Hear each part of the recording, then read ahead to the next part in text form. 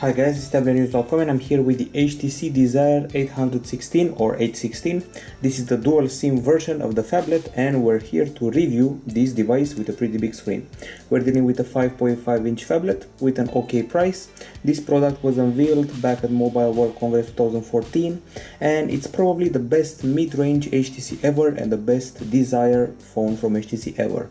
The price tag for this one is 379 euros on Amazon Germany, but you can find it for even less if you look it up on Amazon. What I should probably mention is that this model uses a plastic case, so it's all plasticky and glossy. Theoretically it should be slippery, but it's actually not because of the size. Somehow HTC has designed a proper size for the device not to get slippery in your hands. Well, other things worth mentioning here is the fact that this model has some straight lines, as you can see. It's very subtle with its curves. Usually HTC relied on curves, well this time they used straight lines and some subtle curves on the sides. And I should mention that the thickness is 8mm for the HTC Desire 816, the weight is 165 grams, and this is a pretty solid and resilient phone. The buttons on the side, the on-off button and volume buttons, have pretty good feedback, I have to say, and the sides have a rubbery feel that increases the grip.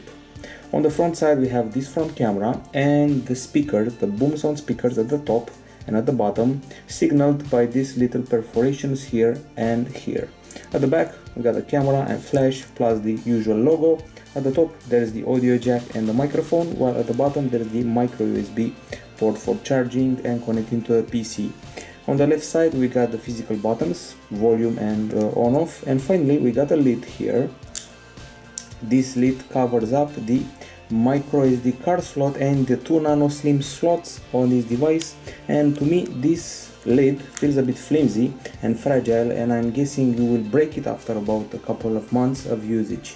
Okay, the bezels are a bit thick, I have to admit that, on this model, but for this price I would say it's pretty okay. Overall the HTC Desire 816 looks okay.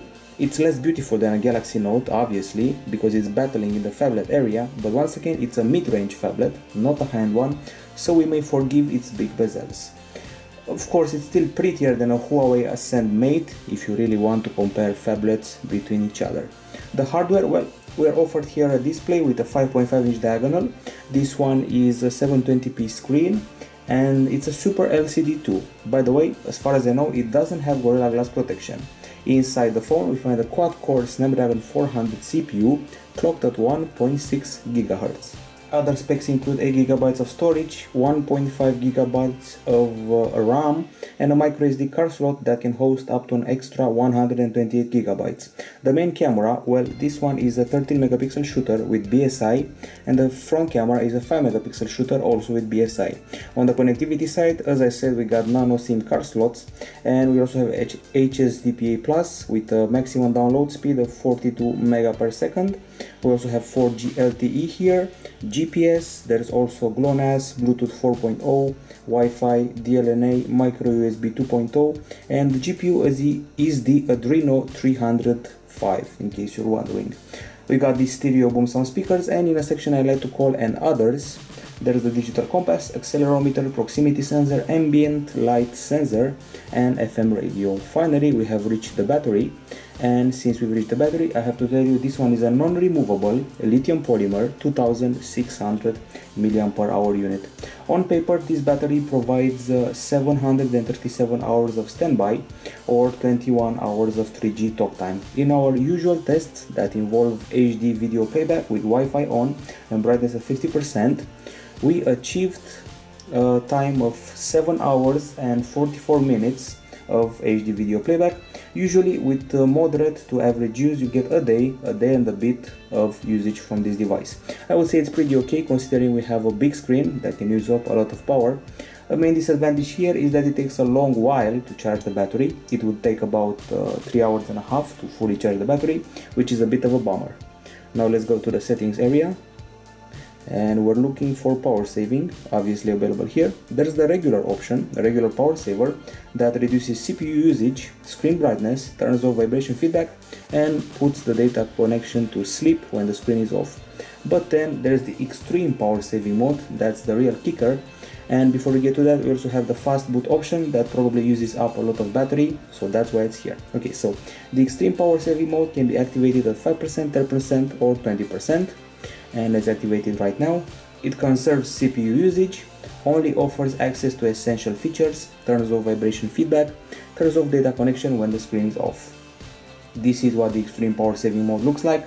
The screen is more dim, the background data is restricted, you can only access the phone, messages, mail, calendar, calculator or exit this mode. So it greatly reduces everything on the device, the CPU, brightness, connectivity and such things. It even disables the multitasking, by the way, and offers a simpler user interface. As far as the duration of this, let's say you're at about 10% or 20%, I'm guessing you can get even 1 day of very little usage with this extreme power saving mode. So overall, it's a good battery if you're willing to admit you have a phone with a very big screen and are willing to make battery sacrifices for it. Now on the audio side, we have these kick-ass boom sound speakers at the top and bottom of the device, and this means we have amplification for the sound, got front stereo speakers, and the volume is very high. This is a pretty loud device, as you'll hear in a minute. Okay, so let's go to the music player. This is the standard one, and let's listen to this tune.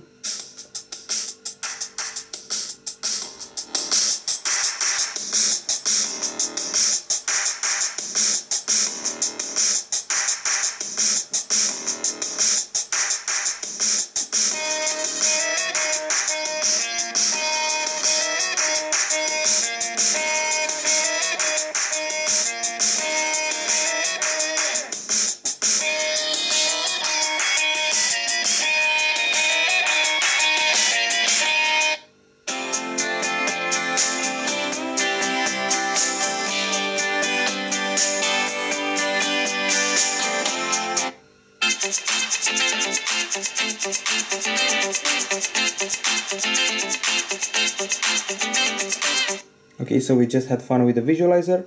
You probably heard that the volume is loud, the bass is good, everything is crisp and clear, so there's no objection here.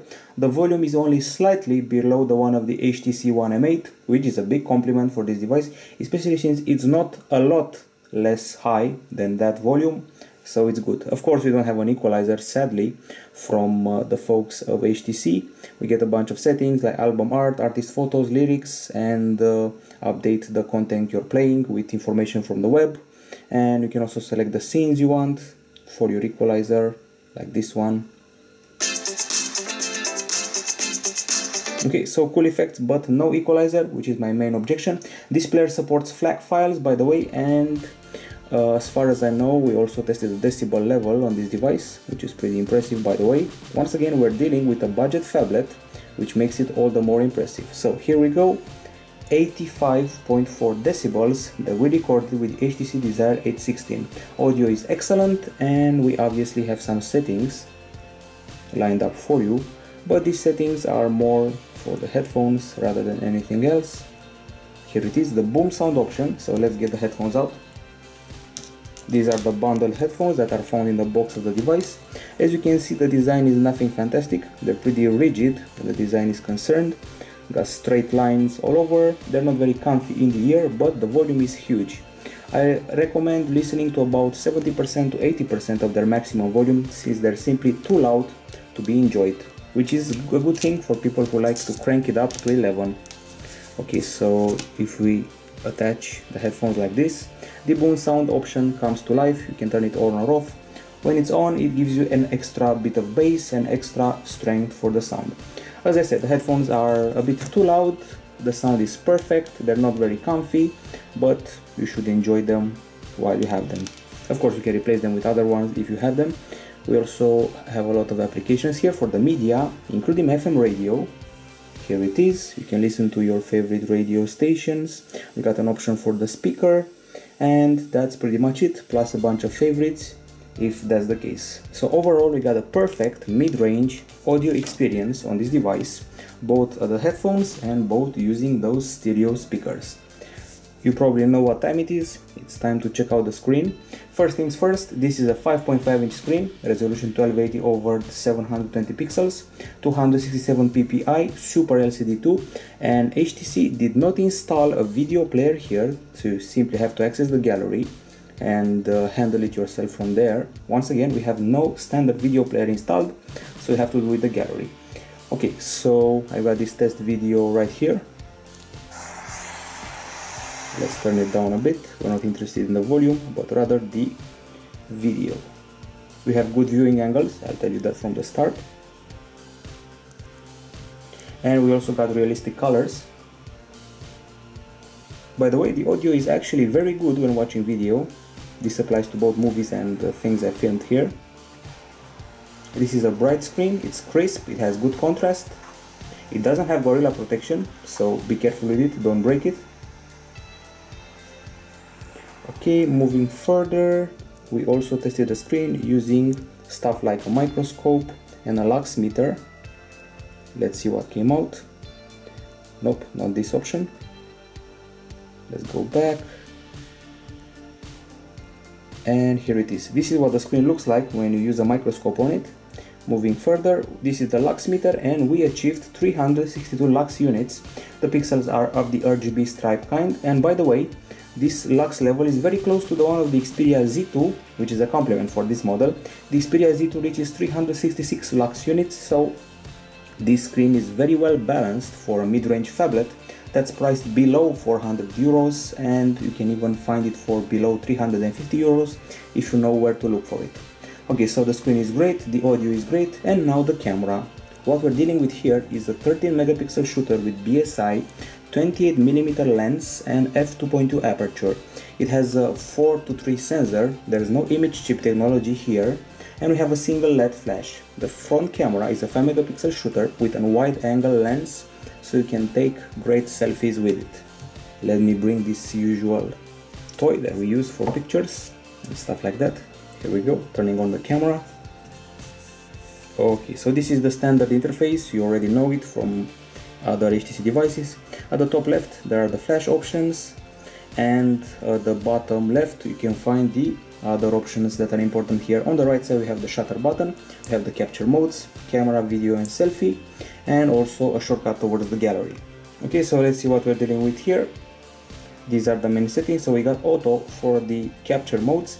The capture modes include a ton of options like night, HDR, sweep panorama, anti-shake, portrait, landscape, backlight, text and macro, the one we probably played the most with.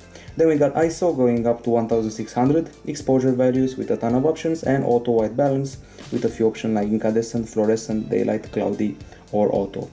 In the area of the effects, yet again a lot of options like distortion, depth of field, dots, mono, country, vintage, grayscale. So yet again the usual options we like to play with on a modern smartphone. Okay, so let's see what else. Finally we reached the real options area with makeup level with 10 levels, image adjustments, contrast, saturation and sharpness, the crop in 16:9, 4:3 or 1:1. The resolution, well, maximum is 4224 over 2368, just in case you're wondering. And grid, geotag, review, self-timer, continuous shooting, camera options like auto smile capture, volume button options, and save custom camera. So those are pretty much all the options when it comes to photo taking. Now it's time to access the video options. So video, here we find normal capture, slow motion video or fast HD, 60 frames per second in 720p, not full HD, ISO yet again, exposure, auto white balance and some other options, some effects to play with, and again options, image adjustments, contrast, sharpness, grid, video quality, you can film up to full HD, 30 frames per second, review duration, some more camera options like lock focus during recording, or you can tap the screen to focus yourself, and that's pretty much it. All the options we wanted are here. There is also the selfie option, which includes auto or portrait, countdown into 5 or 10 seconds, exposure value, white balance, effects. You can even film in full HD with this front camera in a selfie. Now let's actually take a picture using the camera. Let's take a picture of this castle, maybe with a flash, maybe not, we'll let the camera decide. Not the fastest camera in the world, as you saw. It doesn't focus fast, it doesn't take pictures that fast, but when it does, it's quite stunning, I have to say. I'm pretty impressed by the quality of this device. Okay, let's see how much we can zoom in, just for the sake of curiosity. So that's about it. I'm guessing 3x or 4x zoom. That's only a guess. And now it's time to head out to the gallery and analyze the over 100 shots we did. That's a habit of ours. We take a lot of pictures with cameras and we just don't stop. 163 pictures coming your way.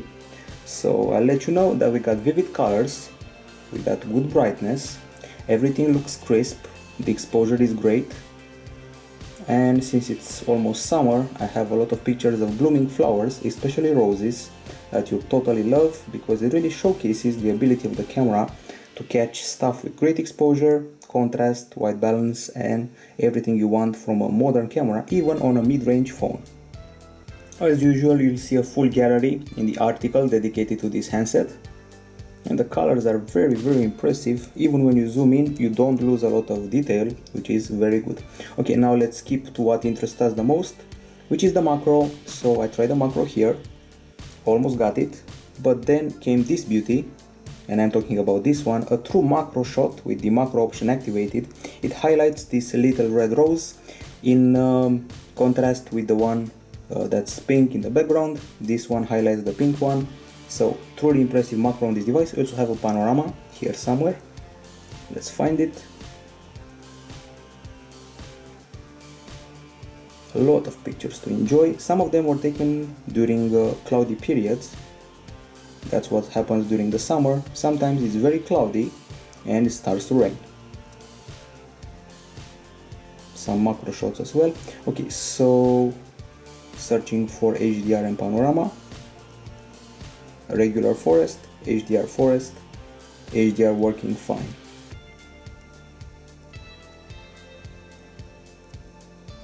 And this is the panorama I promised you. Looks pretty crisp, looks pretty good, so everything is fine here. We got macro that's satisfying, HDR that does its job, we got crisp pictures, we got realistic colors, so there's absolutely nothing to complain. I even play with the effects. Since I've taken so many pictures, I took the liberty of enjoying the effects. We got black and white, we got distortion, depth of field, dots, you name it, we tried everything here. The noise is simply not visible in these pictures, everything feels extremely crisp and well done. Sometimes I even feel like I'm using a flagship, a modern day flagship, and as I said, the HDR is good, and this is one of the best mid-range phone cameras I've tested so far. Yet another sample of HDR. Okay, and the one thing I must mention though, it's perfect but not that perfect. Sometimes it tends to make the colors a bit too warm compared to the real thing. Of course, we also have Zoe. I've seen reviews claiming we do not have Zoe here. Well, guess what? If you go to the top of the screen, you'll see Zoe here with the options to customize it. You can customize what contents to add. So as I said, you can customize what content to add to it, or the themes. Let's select this one with its own music and choose your own music. Then if you're happy with the Zoe you created, you can save it, remix stuff, use chronological order, change theme, and keep playing. Okay, you get the idea. That's what Zoe is about. That was Zoe was about on the HTC One and HTC One M8. And let's see what else. If you have a picture that you actually like, you tap it, then you press this button, and then you can edit it from here. The edit options are pretty basic. We got your usual effects, including some effects to modify the face, lighting, face contour, eye enhancer, filters, a ton of them. Plus you can add more, frames, tools, rotate, crop, flip, straighten, and that's the photo editing you'll be doing on this device. Okay, it's time to talk about the video. Couldn't avoid this topic, and here we are. So here's one of the videos we've taken. You can film up to full HD in 30 frames per second. Everything is crisp, colors are good, focus is good. The stabilization is not that good. You can also do 720p 60 frames per second videos. I have an interesting video here for you. Let's find it. So first of all, this is the slow motion video. It's a rotating panel filmed in slow motion. The slow motion videos are at 120 frames per second. They're not exactly HD, it's a special resolution. And we also have 60 frames per second videos like this one. This one is HD and you can really see the high frame rate, 60 frames per second, looking crisp and making you feel like you're actually there and living it.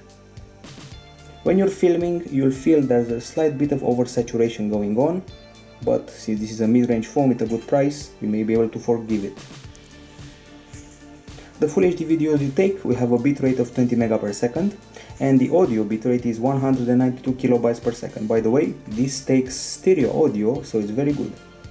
I would say that the entire camera is very good for the mid-range segment, and I have a video here of ducklings that I must show you. Here we are, the little ducklings following their mom. This was a bit of a test for the stabilization as I walked around a bit. Not very good stabilization, but at least we have good focus, crisp image, and that's that. So in conclusion, one of the best mid-range cameras I've tested and certainly the best camera on an HTC Desire ever. And now let's talk about performance, starting with the temperature. Here's the thermometer. We reach a maximum level of 43.8 degrees Celsius after playing some games on this phone. The slight overheating happens at the back side, and as I said, it's slight overheating, not bad. It won't bother your fingers when you're playing a game. Okay, now as far as the web browser is concerned, here it is. This is the stock web browser, so to say. When I say stock, I'm referring to HTC stock, not Android stock. Okay, so let's see how fast it loads our website. Tablet-News.com. Reasonably fast, I would say. Pinch to zoom works like a charm. Also pretty smooth scrolling. And let's check out the website in a pinch version and now in landscape. And now let's see some options offered by this web browser. Okay, so we got settings, we got privacy and security with a ton of options, advanced, with URL suggestion, JavaScript, website settings, default zoom, autofit pages, GIFs, bandwidth management, and text preview, text scaling, zoom on double tap, and other things like that. So a lot of options in this standard web browser on this HTC device. And by the way, the keyboard on this device is pretty comfy. It's pretty well spaced and nice to use. Okay, moving further, let's talk a bit about the phone calling here. This is the phone book on the device, and I have to say that we got a loud and clear calling experience, and the voice sounds very natural. That's what you should remember when using the HTC Desire 816, the fact that the voice sounds very natural when you're using the device. And now let's check out the benchmarks. Go to the gallery and screenshots. It was interesting to decide what devices to compare this model to. I chose to compare the Desire 816 from HTC with the Sony Xperia T2 Ultra because it's the same product segment, and with the Evolio X6 because it has a similar price. It's also a phablet, but that one is a stronger phablet with an octa-core CPU, so you shouldn't expect this one to beat it, but for the sake of comparison, we have three devices. Okay, so in quadrant, the HTC Desire 816 scored 12,000 points, 736. We beat the Sony Xperia T2 Ultra by about 3,000 points. We got beaten by the Evolio X6 by about 3,000 points. Just in case you're wondering what's the deal with that Evolio model, it's actually the LTJ X3 handset from China. Now in Antutu we got 21k points. Once again we beat the Xperia T2 Ultra by about 2,000 points. We got beaten by the Evolio X6 by about 5,000 points. Nanomark, a pretty good score, 58.1 frames per second. We beat the Evolio's 47.7 frames per second. And next up, Velamo, not so impressive score, 1429.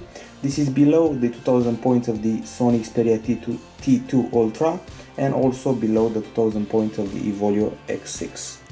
Next up, we got here 3D Mark with a pretty low score as well, 4832, once again below the rivals that score around the 6000 points mark, at least the Volio X6 does.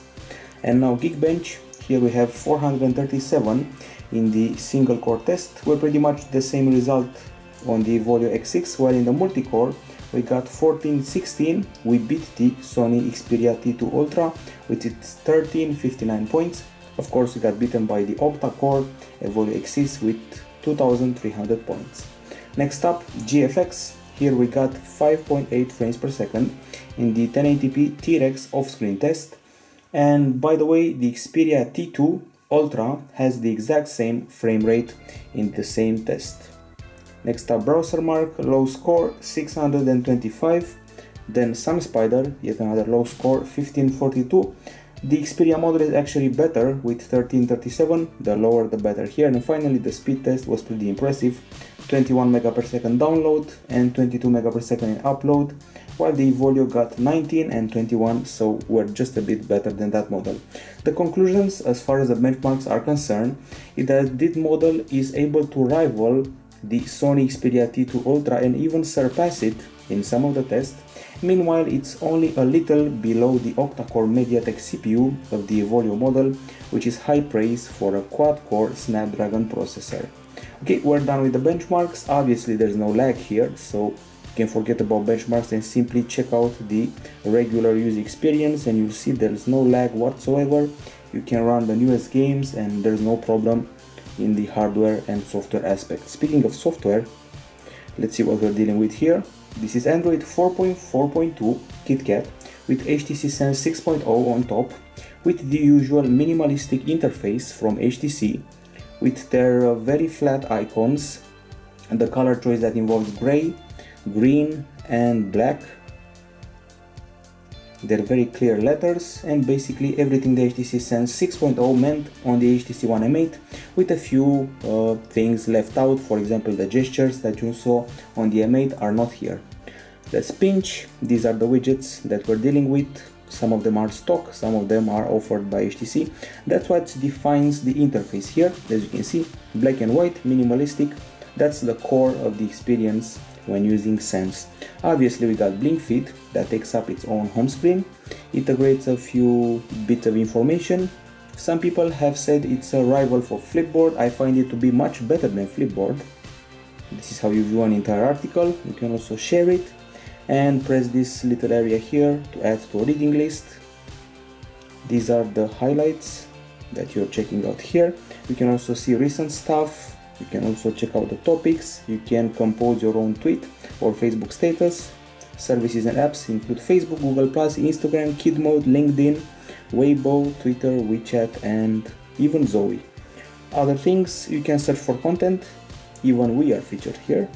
So Tablet News, here we go. We found our review for the HTC Desire, the unboxing of the HTC Desire 816 and the review of the Galaxy Note Pro 12.2. So yes, we are featured here, and other things.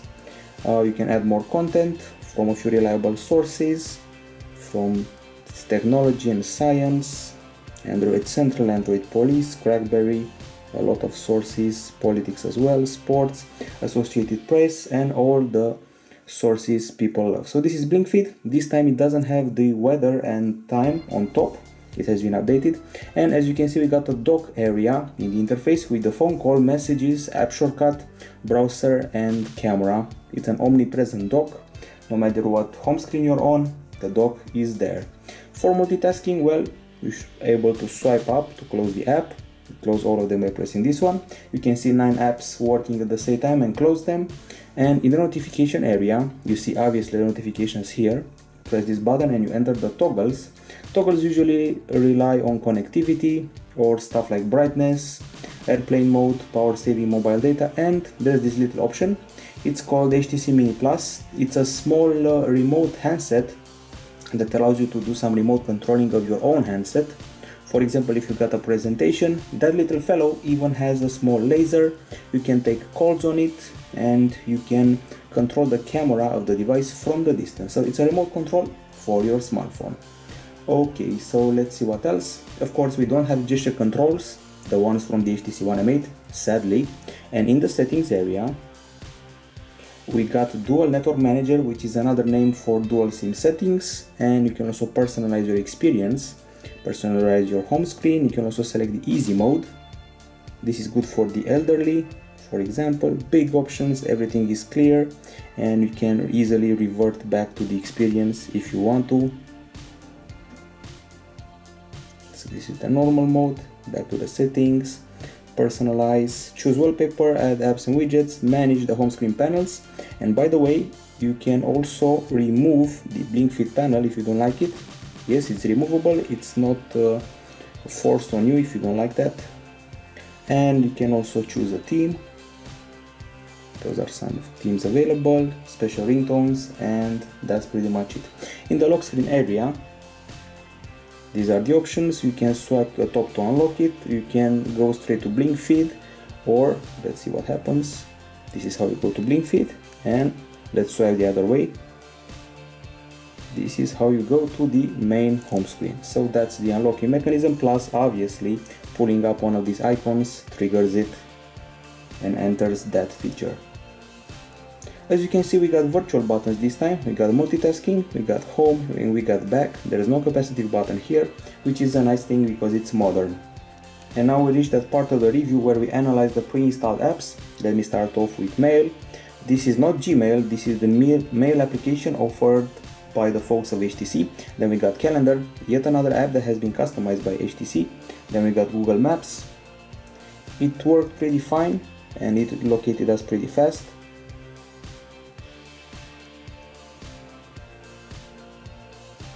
You can also trigger a high accuracy mode if you want. Okay, moving further from Maps, we got Gallery, we got Zoe, that's in coming soon phase. And then we got the media area where you can find music, YouTube, the Play Suite, and a few pre-installed applications for this Chinese version of the device. Then we got the standard package of Google Suite applications. These ones yet again for the Chinese version of the handset, Facebook, Twitter, and the car mode. So if you're driving, if you're behind the wheel, you're probably going to need these big icons so you're not distracted from driving. You just press one of these features and you should be all set. Continuing the app list, we got a clock, HTC guide, and kid mode powered by Zoodles. With child dock, you can keep the child safe in the kid mode, apply passwords, only allow access to certain content and certain apps. Then we got the people area where you can see your contact cards, Play Store, productivity, with Scribble included. Well, Scribble is basically your way to doodle stuff. You can draw stuff on this birthday card, insert one of these cute little stickers, edit it, choose the color palette, some brush strokes here, write some text, and that's pretty much it. This is what Scribble is about, taking ample notes. We got Google Drive with 50 GB of storage in the cloud, Polaris Office 5, allowing you to open up doc files, XLS files. I'm also guessing that PowerPoint is available and PDFs. And then there's tasks. You can add a new task with a description, with a due date, a reminder, and priority. And then we got Dr. I. It's basically a dictionary as far as I can see. And then settings, stocks, so nothing fancy here, the predictable package of apps. We got calculator, flashlight, weather. Let's see what else. We got setup, voice recorder, parent dashboard, HTC apps, and HTC backup. Searching for novelty to update your device. We got auto forward, if it's the case, WeChat, Weibo, and this is pretty much where the app list stops and where the conclusions start. This is the HTC Desire 816, and now let's give it the pros and cons. On the pro side, obviously the boom sound speakers with an excellent sound, crisp, clear, loud volume. We got a good display here. I couldn't actually complain about the screen because it's very good. And this device is able to run modern games without a hassle. It has a good price. It has a pretty okay battery, and the extreme power saving mode is also a bonus for that battery. It's a dual SIM device with a microSD card slot, which is yet again a plus. We got a very good selfie cam here at the front with full HD capture and wide angle lens. Speaking of camera, we got an excellent back camera.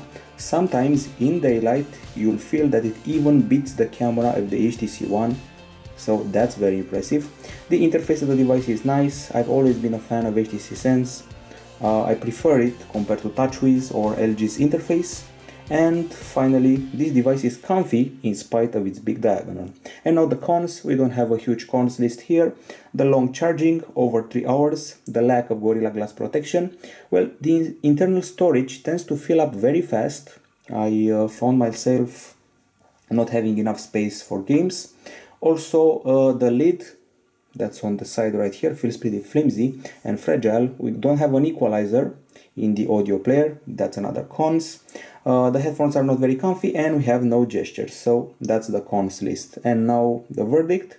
This model gets from us a 9.3 out of 10 for design, a 9.2 out of 10 for the hardware, and finally the operating system and user interface, well, we give that a 9.7 out of 10. The final grade for the HTC Desire 816 is 9.4 out of 10. This is the best mid-range offer at the moment and the best HTC in the Desire series. So final grade from Tablet-News.com, it's 9.4 out of 10 for HTC Desire 816.